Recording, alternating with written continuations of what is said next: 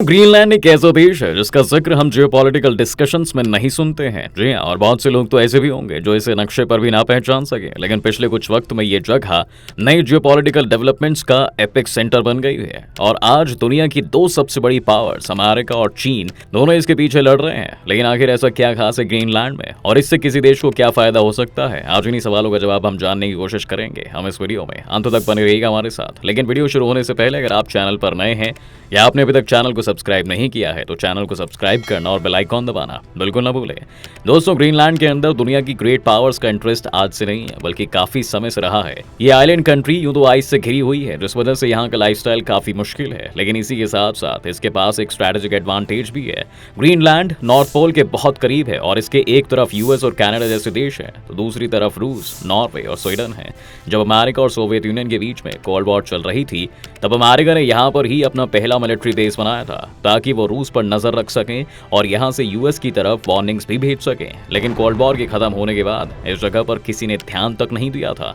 आज के समय में इसकी इन्फ्लुएंस इसलिए भी बढ़ गई है क्योंकि देश चारों तरफ से आर्कटिक ओशन से घिरा हुआ है और आप तो जानते ही हैं कि आर्कटिक का एक बहुत बड़ा हिस्सा फ्रोजन है और यहाँ बड़े बड़े ग्लेशियर्स हैं क्लाइमेट चेंज की वजह से। लेकिन इस जगह पर भी बदलाव आ रहा है और बाकी अर्थ के मुकाबले यहाँ का एवरेज टेम्परेचर हर साल 4 गुना ज्यादा तेजी से बढ़ रहा है। इससे हुआ ये कि यहाँ कई ग्लेशियर्स पिघल गए और आने वाले समय में ये प्रेडिक्ट किया गया है कि एक समय में यहाँ पर सारी आइस पिघल जाएगी। अब यूं तो ये प्लैनेट के लिए कोई अच्छी खबर नहीं है, लेकिन इस समय में ये इसके पड़ोसी देशों के लिए एक बहुत अच्छी अपॉर्चुनिटी है। जी हाँ, क्योंकि जब ये आइस पिघल जाएंगी तो यहाँ से नए ट्रेड रूट्स खुल जाएंगे। इसी के साथ साथ इस इलाके में फिर माइनिंग भी की जा सकती है, जिससे कि रेयर अर्थ मिनरल्स और हो सकता है कि ऑयल तक की खोज यहाँ पर हो जाए, जो कि किसी भी देश को लालची बना सकता है। ऐसे ही कुछ लालची चीन भी दिख रहा है। चीन वैसे तो एक आर्कटिक कंट्री नहीं है दोस्तों, और ना ही उसका आर्कटिक ओशन से कोई हिस्टोरिकल नाता रहा है, लेकिन अब चीन भी इस इलाके के ट्रेड रूट्स पर दावा करना चाह रहा है। यहाँ पर रूस के साथ मिलकर चीन एक आर्कटिक सिल्क रूट बनाना चाहता है, जिससे कि उसके लिए यूरोप और बाकी दुनिया से ट्रेड करने का एक और रास्ता खुल जाए। चीन के लिए इसलिए भी महत्वपूर्ण है क्योंकि अगर इस समय हम देखें,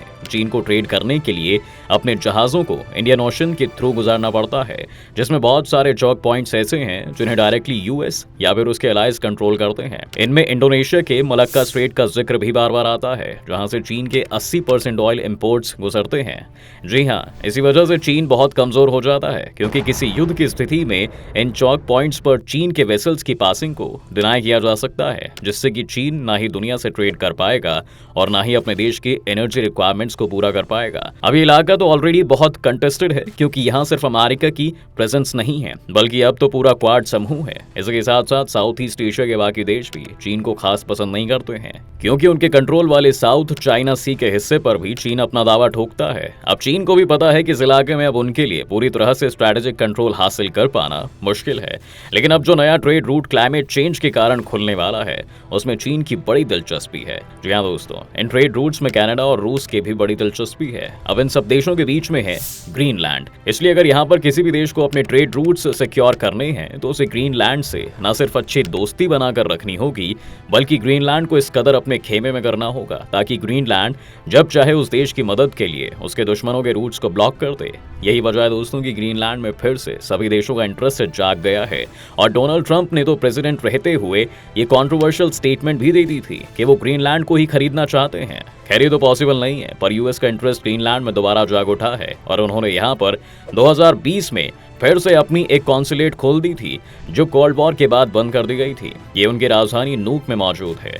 ट्रेड रूट्स के अलावा जो यहाँ रेयर अर्थ मिनरल्स होने की बात कही जा रही है वो वही मिनरल्स हैं जो आज के मॉडर्न गैजेट्स और सेमीकंडक्टर चिप्स बनाने में इस्तेमाल होते हैं और इस समय चीन की इस तरह के मिनरल्स को माइन करने में एक मोनोपोली है। दोस्तों, चीन आज दुनिया के सबसे बड़े कोबाल्ट, लिथियम और माइका माइनिंग और प्रोसेसिंग कंट्रीज में से एक है और नेचुरली ट्रेड रूट्स के अलावा उनका इस सब में बहुत ज्यादा इंटरेस्ट है। 2017 में जब ग्रीनलैंड को अपने यहाँ पर नए एयरपोर्ट्स बनाने थे तो उन्हें आसानी से इसके लिए फाइनेंसर्स नहीं मिल रहे थे। एयरपोर्ट्स के अलावा ग्रीनलैंड को बाकी इंफ्रास्ट्रक्चर की भी बहुत ज़रूरत है और इसलिए ग्रीनलैंड के प्राइम मिनिस्टर चीन गए और चीन ने तुरंत इस लोन के लिए हामी भर दी और बस ये एक शर्त रखी कि जो कंपनी इस एयरपोर्ट को डेवलप करेगी वो चाइनीज ही होगी।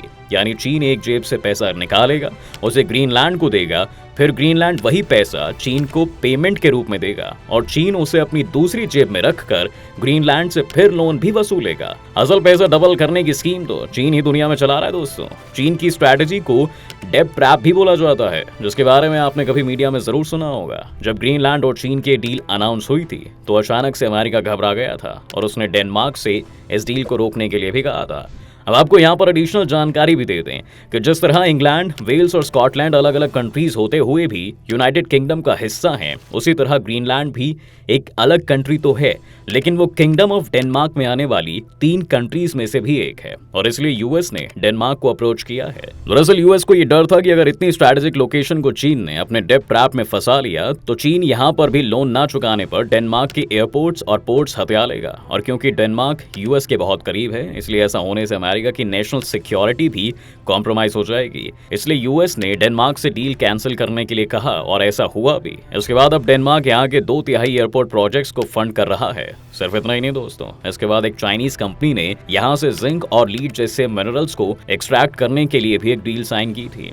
ये डील एक ऑस्ट्रेलियन कंपनी के साथ थी और जब यूएस को इसकी भनक लगी तो उन्होंने इस डील को भी कैंसिल करवा दिया और अब यूएस इस सेम प्रोजेक्ट को फंड करने के लिए $650 मिलियन उन्हें दे रहा है। इससे ही आपको समझ में आता होगा कि ग्रीनलैंड को अमेरिका कितना सीरियसली मॉनिटर कर रहा है और वो चीन के हर प्लान को यहाँ सैबोटेज करने में लगा हुआ है। कई सारी चाइनीज कंपनीज जिन्होंने ग्रीनलैंड में माइनिंग लाइसेंस पा लिए थे, उन्हें भी यूएस प्रेशर में कैंसिल करवाया गया और हर संभव कोशिश की जा रही है कि चीन को इस इलाके से दूर ही रखा जाए। इसके साथ साथ यूएस ने यहाँ पर अब मिलिट्री इंफ्रास्ट्रक्चर पर भी पैसा खर्च करना शुरू कर दिया है, जिसमें से एक प्रोजेक्ट तो $4 बिलियन का है। इस प्रोजेक्ट में वो यूएस स्पेस फोर्स के ग्रीनलैंड बेस को अपग्रेड करेंगे और साथ ही उन्होंने फ्रेंडली आर्कटिक कंट्रीज के साथ जॉइंट मिलिट्री एक्सरसाइजेस कंडक्ट करने का भी प्लान किया है। यूएस आर्मी लगातार अपने सोल्जर्स को यहाँ पर आर्कटिक की कंडीशंस में लड़ने की ट्रेनिंग भी दे रही है और इन सब के अलावा भी ग्रीनलैंड को अब यूएस यूं ही करोड़ों डॉलर्स की एड ऑफर कर रहा है ताकि वो अपनी टूरिज्म इंडस्ट्री को भी डेवलप कर सके और अमेरिका के खेमे में ही रहे। लेकिन क्या यूएस इस एज को मेंटेन कर पाएगा, ये देखने की बात होगी, क्योंकि चीन भी बहुत चालाक देश है दोस्तों। आज सभी को पता है कि चीन यूक्रेन युद्ध में रूस का हथियार सप्लाई कर रहा है और साथ ही उनके ऑयल का सबसे बड़ा बायर भी बन गया है। लेकिन इसके बावजूद भी चीन ने इस कदर अमेरिका के यूरोपियन अलाइज और नाटो मेंबर्स को अपने जाल में जकड़ा हुआ है कि फ्रांस के राष्ट्रपति अपने पिछले चीन दौरे में शी जिनपिंग की तारीफ कराए थे और साथ ही अब ऐसा भी लग रहा है कि ताइवान के मामले में अमेरिका और यूरोप की राय कुछ पॉइंट्स पर अलग है। ये एक बहुत ही बड़ी डिप्लोमेटिक जीत है दोस्तों।